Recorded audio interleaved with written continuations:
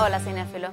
Ya han sido muchos los cineastas de la más reciente generación que han pasado por nuestro set de entrevistas, casi todos graduados de nuestras escuelas de cine y poseedores de una amplia cultura y un gran sentido de la profesionalidad. Nuestra invitada de la semana anterior, que continuará conversando con Martika hoy, ha demostrado que además de esas cualidades es dueña de un enorme sentido del humor y capacidad para explicar temas difíciles y facilitar su comprensión. Los dejo con Marta Araujo y Lizzy Rojas Varela para seguir aprendiendo todos acerca del trabajo del script en un equipo de filmación.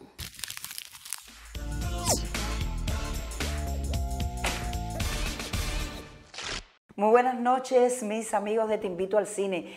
Estamos en el momento de la entrevista y este es el momento en el que nosotros tenemos la suerte de conversar, de seguir esta entrevista, conversación, esta especie de clase que nos ha dado Lizzy Rojas, a quien le doy las buenas noches, le doy la bienvenida otra vez al programa y le agradezco su presencia y todo cuanto nos está explicando y contando acerca del trabajo del script en el cine.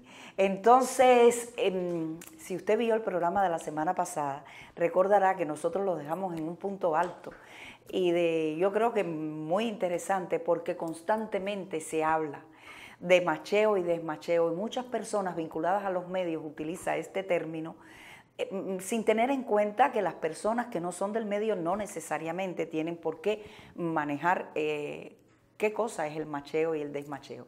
Y tenemos a un script aquí que nos va a explicar, nos va a definir de la mejor de las maneras para que las personas, los televidentes entiendan bien. No, a lo mejor nosotros estamos llenos de desmacheo del programa de la semana anterior.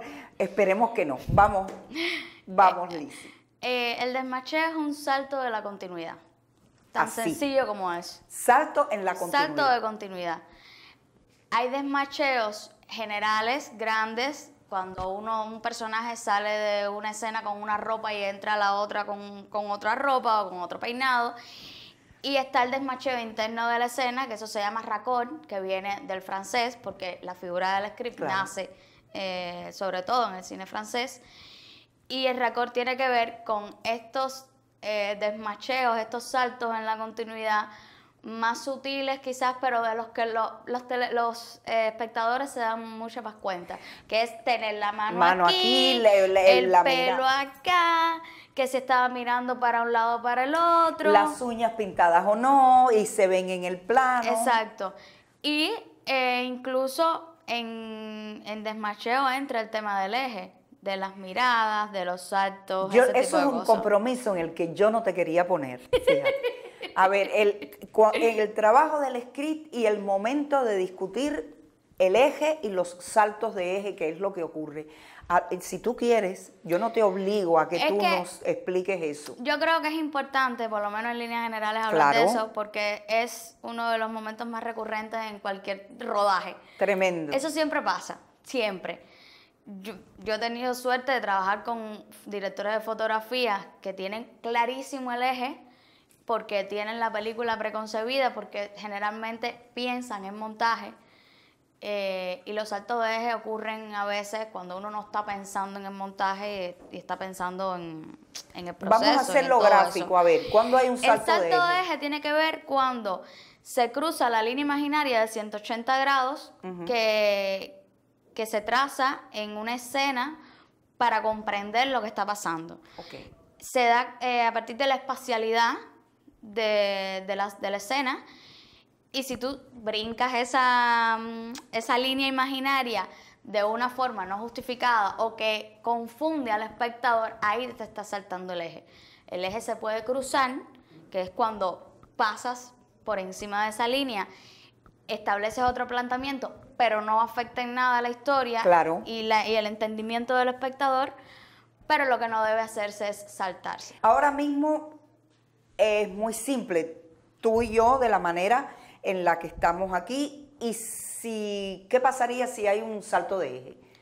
Para que se saltara el eje, en este caso específico, la cámara debería cruzar la línea de 180 que establecemos en esta tú espacialidad. Y yo okay. La cámara debería cruzar y si yo estoy a izquierda de cuadro ahora mismo y cuando cruce la cámara aparezco a derecha de cuadro, ahí se está saltando el eje. Se está saltando el eje. Porque se está confundiendo y se está trastocando la espacialidad de donde estamos. Ocurre que el salto de eje puede ser intencional, con un valor dramático. Sí. Te pregunto, ¿el director quiere poner en valor por funcionalidad para él desde muchos puntos de vista el salto de eje? ¿Eso ocurre? Eso ocurre. Lo que pasa es que por muy intencional que sea el salto de eje desde posición de cámara, uno tiene que mantener un eje, porque si no, y entonces entran las miradas. Ese ejemplo se ve mucho en las mesas. Cuando hay claro. mesas con personajes comiendo, uno obligatoriamente tiene que saltarse o cruzar el eje, porque es muy difícil mantener una línea de 180 estable para poder tener a todos los personajes. Entonces, tú te puedes saltar el eje, pero tienes que mantener el eje de mirada. Si el personaje miraba de derecha a izquierda, de izquierda a derecha. Mira, yo me pongo las manos en la cabeza. Yo me pongo las manos en la cabeza porque yo me gustaría que tú describas en términos generales qué ocurre cuando de pronto el script dice no puede ser porque hubo un salto de eje. Cuando eso se discute con equipo técnico, actores, con todo el mundo, cuando todo el mundo creyó que era felicidad y salto de eje. He tenido muchísimas discusiones de ese tipo. Supongo. Tuve Incluso existe la discusión de que no hubo salto de eje. Sí, claro. Todo el tiempo. Frente a los espejos, generalmente cuando hay una escena que involucra un espejo, hubo o no hubo, es terrible. Eso es una discusión que uno trata de mantener en privado con el director de fotografía y con el director, que al final son los máximos responsables, porque uno tiene que tener en cuenta de que por mucha autoridad que tú tengas en el set y por muy parte del departamento de dirección que seas y por todo lo que sea, tú eres parte del equipo. Tú no tienes decisión al final, aunque sugieras, hables, no tienes una decisión determinante. Entonces esas conversaciones generalmente las tengo en privado con el director de fotografía, el director, como, no, pero no, vamos a cambiar. Y ahí entonces entran las discusiones. Ha pasado que se ha metido todo el equipo, actores, a opinar, y a esa hora es que, imagínate tú. Depende yo me de los imagino actores que debe ser sea, tremendo. Pero hay momentos en que la escribo yo y ya, y se está saltando. Y entras a dibujar, y entras a verlo, y revisas los cuadros anteriores, y se crea un momento de distensión en el rodaje. Siempre pasa, pero cuando llegas a edición, después es mejor que pasen esas discusiones en set y no en edición, porque si no después no hay solución para eso. Después no hay solución. Yo me imagino que tú, por tu especialidad, por tu trabajo, por todos los años que llevas y como ejercicio de entrenamiento, cuando tú ves una película, tú empiezas todo el tiempo a pensar como script. Intento no hacerlo. Intentas no hacerlo. A ver, porque ahí viene el momento gazapo. Ustedes se imaginan a un script buscando gazapos en una película, errores de continuidad y todo eso. Mira, yo trato no hacerlo. Ok. Porque por encima de los oficios, Yo soy una espectadora y a mí me gusta ver películas. Relajada, disfrutando el proceso. Me gusta sí. meterme Sin en la estar película trabajando. sin estar pensando. Incluso hay veces que compañeros o familiares que de pronto se convierten todos en script cuando uno lo ve, te empiezan a saltar y yo no me doy cuenta porque estoy metida en la historia de la película y necesito un segundo, tercer visionaje de la película para ponerme entonces a analizarlo desde el punto de vista cineasta, decir, bueno, aquí hubo un salto, aquí hubo un no sé qué. Pero sí me ha pasado con errores muy evidentes. Yo pongo mucho el ejemplo de Manchester by the Sea, que es un peliculón muy dramático, muy triste, de que Sí. yo estaba viendo a Lágrima Viva y a Lágrima Viva decía, es que la copa no estaba ahí, es que se saltó tal cosa, y Esa es que está es muy todo un buena. desastre. Y Es era terrible un todo, peliculón, pero pero no aquí está la todo está copa. muy mal, porque realmente hay escenas que el macheo es terrible, esto, todo muta de lugar. Y me ha pasado, y es muy desagradable cuando te pasa. Porque Yo quisiera saber, por ejemplo, si hay, me acabas de poner el ejemplo de una grandísima película con Espectacular. tremendos directores, actores, y si hay veces que los directores no les importa y prefieren sacrificar todos esos errores para ganar la funcionalidad de la escena. Por supuesto. Eso sí. pasa y uno tiene que vivir con eso.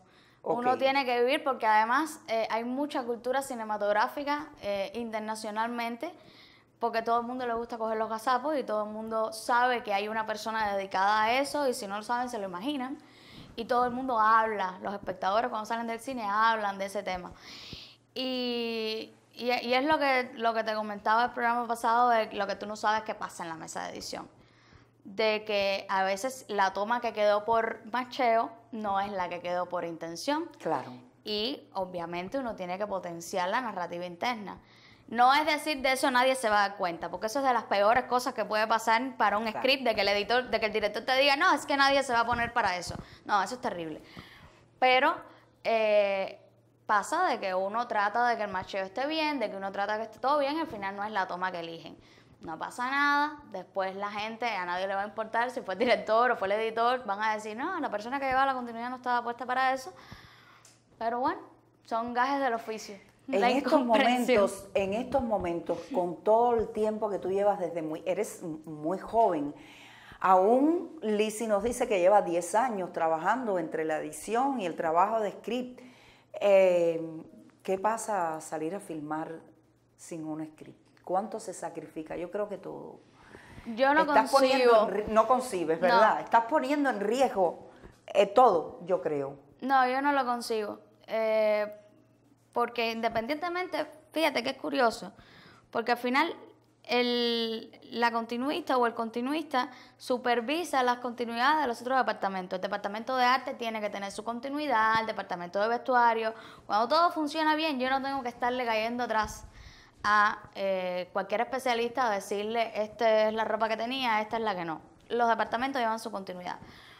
Pero tú tienes que tener una persona, incluso se está luchando porque seamos más de uno en set, porque son muchísimas responsabilidades.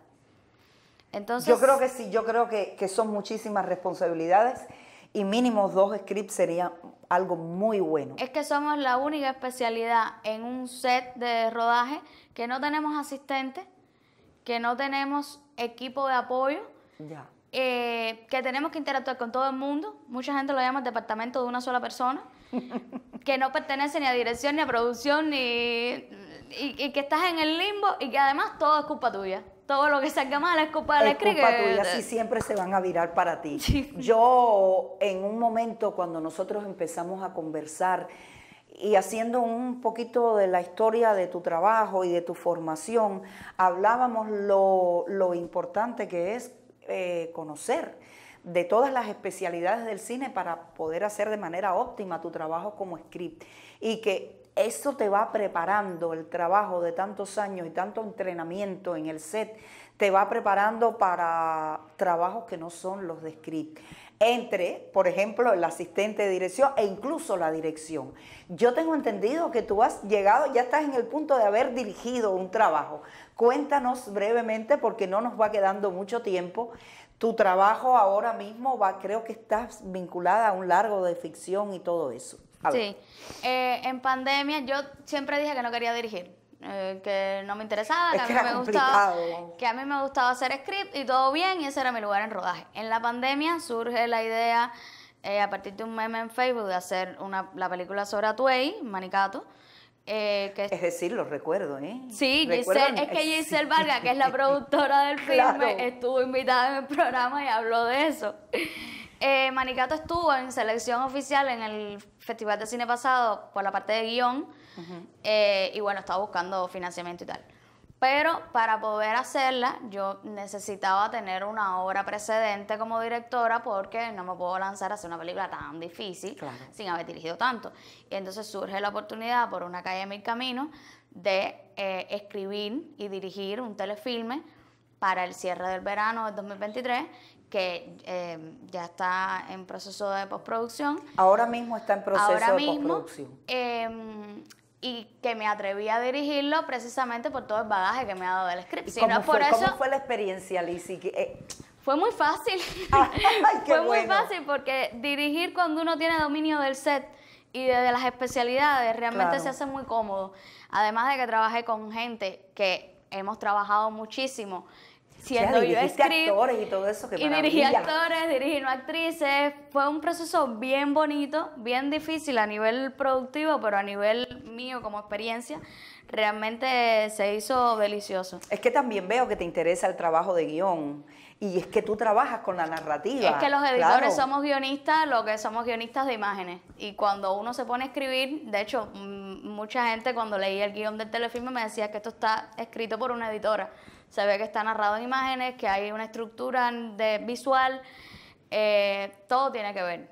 Claro. Todo tiene que ver, y yo siempre digo que para tú dirigir debes pasar por alguno de los oficios, ya sea edición, escribe o lo que sea, pero debes empezar por algún oficio porque es lo que te da. Fíjate que vamos a ver una obra de esta script que llegó a ser realizadora y que probablemente, va a tener su estreno ahora en la programación de verano. Sí. Qué bueno, Lizzy, ha sido realmente un placer volver con este tema del trabajo del script, volver en el programa a adentrarnos en este fascinante mundo, los oficios del cine, de las especialidades. Y a mí me gustaría, no te gusta dar clases, porque yo creo que el audiovisual en sentido general en nuestro país está necesitando mucho el trabajo del script. Y entonces yo me imagino que tener a las personas con ese nivel de experiencia ahora mismo dando clases sería algo excepcional y muy beneficioso. Ojalá. O sea, lo contemplas como una posibilidad. Sí, incluso yo estoy categorizada como profesora de LISA. Y fui coordinadora brevemente de la Cátedra de Ficción de San Antonio de los Baños, que también te da un bagaje docente bastante importante. Y a mí me gusta mucho dar clases y me encantaría poder formar nuevas generaciones, incluso de la gente que quiere ser director o que quiere ser fotógrafo, y que empiecen por el script, que realmente les da una cantidad de herramientas importantes. Ahora mismo que tú te aproximaste, ejerciste como realizadora, ¿te quedas ahí o sigues siendo script? No, yo voy a hacer script hasta que me muera probablemente. Eso es una cosa que tú no te quitas el traje. A mí me gusta mucho el set. Dirigir es más difícil, llegar a tener los dineros, las posibilidades para dirigir es muy difícil, pero hay más proyectos y a mí me encanta trabajar. Entonces yo escribo, hasta que las capacidades... Ha sido muy bueno, ha sido muy buena esta conversación contigo, escuchar a un script, a una profesional joven con tanta experiencia. Este es el momento en el que te voy a preguntar que nos invites a ver una película que a ti te guste y si muy brevemente nos digas por qué. Eterno Resplandor de una mente sin recuerdo. Eternal Sunshine of the Spotless Mind. Es una película increíble. Yo no la había visto, no la quería ver, estaba renuente a verla, y mi profesora de script la colombiana Paula Murcia nos las puso en clase un día para desmenuzarla a nivel Fíjate, de es una continuidad. película, yo siempre digo Spotlight, porque siempre se me olvida. Spotless Mind. Sí, es muy largo. Pero es una película, yo la vi una vez, no estoy preparada para verla 2 veces. Yo la he visto muchas, porque muchas. tuve que desmenuzarla a nivel de continuidad por la cronología que tiene, Claro. los saltos en el tiempo, el macheo y desmacheo de las escenas. Y he estudiado incluso el guión, cómo se escribió para que todo ese caos en pantalla tuviera un sentido. Y realmente es una de mis películas favoritas y creo que tiene mucho que ver con el trabajo. Pues esta es la invitación de Lizy Rojas, esta joven script realizadora que nos acompañó durante 2 semanas en el momento de la entrevista de Te Invito al Cine. Éxitos, que tengas mucho trabajo y que siempre haya un motivo para tenerte como invitada aquí en el programa. Muchas gracias. La Cinemateca de Cuba está rindiendo tributo a Carlos Saura. Carlos Saura fue uno de los grandes directores españoles, lamentablemente no tan recordado como se debiera, y la Cinemateca está tratando de subsanar tales errores. Y esos errores no son solo de Cuba. Carlos Saura era muy amigo de este país, del ICAI, de Titón, de varias personalidades del cine cubano, pero también ha sido un error en España, en el cine europeo, una especie de olvido en el que ha estado sumido este cineasta, que fue uno de los más importantes, no solo de España y de los años 70, sino de Europa en esa misma época. En el ciclo de la Cinemateca hay varias películas de Saura. El hombre abarcó una larguísima carrera que empezó en los 60 y culminó en los años 2000 y tanto. Falleció recientemente. Y en este ciclo hay 3 películas en las que quisiéramos detenernos y de paso recomendarlas. La primera, que no es la ópera prima de Saura, pero así cuenta como tal, porque fue donde definió su estilo y esa manera de exponer las historias que tuvieran una especie de contenido simbólico o alegórico. Recordar que Saura hizo buena parte de su cine bajo el franquismo, donde había una férrea censura y no se admitía ningún tipo de crítica al régimen, y Saura era un hombre eminentemente crítico. ¿Cómo hacía para hacer cine, hacerlo crítico y que no le censuraran las películas? Pues tuvo que recurrir a un lenguaje simbólico. La Caza, con Z, Caza, del año 65, es la película donde él presentó por primera vez este tipo de lenguaje alegórico. Hay 3 hombres maduros y un muchacho muy joven, casi adolescente, que van a una especie de vado, o de coto más bien, de coto de caza semidesértico, y allí, bueno, van a cazar. Y los hombres empiezan a discutir y aquello termina muy mal, termina a tiro limpio. ¿Y qué cosa estaba demostrando la película? Pues tratando de demostrar hasta qué punto estaba la violencia intrínseca en la mentalidad machista de algunos españoles en la posguerra de aquel país, es decir, en la España franquista. Es como una mecha. Españoles de mecha corta, sería una manera de decirle, ¿no? Porque cualquier cosa puede destapar una estampida de violencia, o podía destapar una estampida de violencia en aquel momento, y así lo demuestra La Caza. También hay una película que fue de culto en Cuba, en España y en todas partes, premiada en el Festival de Cannes, que se llama, iba a decir que se llama ¿Por qué te vas? No, no se llama ¿Por qué te vas? Se llama Cría Cuervos, pero el tema de la película es ¿Por qué te vas? Esa canción de Yané, que todavía conoce muchísima gente que ni siquiera había nacido en el año 75, cuando la película tuvo tantísimo éxito. Era la época en que el cine de autor formaba cola en las puertas de las salas. Eso era una época singular, extraña. Y habla de una niña que no entiende la diferencia entre la vida y la muerte, y la niña le tiene un odio terrible al padre, que es militar, es un hombre adúltero que maltrata a la madre, papel que hacía Geraldine Chaplin, como en gran cantidad de las películas de Saura. Y entonces esta niña juega que está envenenando, o cree ella que está envenenando al padre, a la tía, no sé cuánta gente, que está ejerciendo el poder de la vida y la muerte, y mentira, no está envenenando a nadie. Todo eso ocurre en su mente por una serie de traumas de infancia que la criatura tiene. La escena final es memorable cuando ella se da cuenta que no ha envenenado a nadie, y la hermana mayor pone una canción que resulta ser ¿Por qué te vas? Y hay una toma panorámica y tú te das cuenta que la vida sigue, y la niña se va a dar cuenta que la vida y la muerte son todas partes de un solo paquete, que es la vida. la vida y la muerte forman parte de la vida misma y de un día detrás de otro, que es lo que le queda a ella por delante para madurar. Hay muchas otras películas en el ciclo, no podemos hablar de todas, tal vez recomendar de nuevo, y ya hemos hablado, tengo la sensación que ya hemos hablado de Mamá cumple 100 años, la película que hizo Saura en el 79, una de las mejores comedias negras que se han hecho en el cine en español, y hasta ahí vamos a dejar ahí las recomendaciones. Con La Casa, Cría Cuervos y Mamá cumple 100 años. 3 de las mejores películas de los años 70 y que por cierto se deben a España, aunque incluso en España no sean así reconocidas en el nivel que les toca y que les corresponda. La Cinemateca Nuestra sí lo ha hecho y ahí por eso está el ciclo de homenaje a Carlos Saura. Estamos despidiendo nuestro programa después de la disertación de nuestro crítico de plantilla Joel del Río y de haber aprendido muchísimo con Lizzy Rojas Varela sobre el trabajo del script y su enorme importancia en la producción de una película para que no existan gazapos que provocan las críticas de los especialistas y del público más avesado. Gracias, Lizzy. A ti, cinéfilo, y a ti también, que te gustan las telenovelas, te aviso que para la semana que viene estamos preparando una sorpresa que te va a encantar. Así que te pido que no faltes y me encuentres dentro de 7 días, a la misma hora, para tener la oportunidad de decirte una vez más, te invito al cine.